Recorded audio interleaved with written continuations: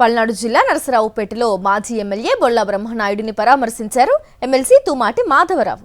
కూటమి అధికారంలోకి వచ్చాక కక్ష సాధింపు చర్యలకు పాల్పడుతూ వైఎస్ఆర్సీపీ నేతలను వేధించడమే పనిగా పెట్టుకున్నారని మండిపడ్డారు. సంబంధం లేని కేసులో బొల్లా బ్రహ్మనాయుడిని ఇరికించి తప్పుడు కేసులు పెట్టారని ఫైర్ అయ్యారు.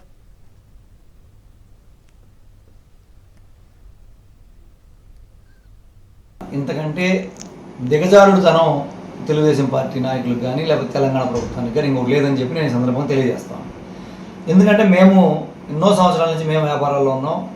ఈ ల్యాండ్ విషయాలు తెలుసు. నేను సూటిగా అడుగుతాను ఈ ప్రభుత్వాన్ని, తెలంగాణ ప్రభుత్వాన్ని కానీ ఈ ప్రభుత్వాన్ని కానీ, ఇది కుట్రపూరితంగా చేసింది కాకపోతే ఎవరైనా అమ్మిన వాళ్ళు డాక్యుమెంట్లు క్రియేట్ చేసుకొని అమ్మితే వీళ్ళు జస్ట్ వాళ్ళు ఈయనకి సంబంధం లేదు. మళ్ళీ అది కూడా వీళ్ళ బంధువులో లేక వీళ్ళ అబ్బాయి వాళ్ళు అగ్రిమెంట్ చేసుకున్నారు కొందామని.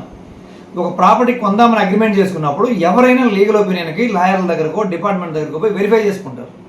అలాంటి వెరిఫై చేసుకునే పరిస్థితుల్లో వీళ్ళు తీసుకెళ్ళి డాక్యుమెంట్లు ఒరిజినలా ఫేకా లేకపోతే ఇది కరెక్టా కాదా అని వీళ్ళు కలెక్టర్ గారి దగ్గరికి వెళ్ళి వీళ్ళు అడిగితే వీళ్ళ మీద కేసులు పెట్టి వీళ్ళని అరెస్ట్ చేయడం ఏంటి? మరిన్ని అప్డేట్స్ కోసం ఛానల్ ను సబ్స్క్రైబ్ చేయండి. నోటిఫికేషన్స్ కోసం బెల్ ఐకాన్ పై క్లిక్ చేయండి.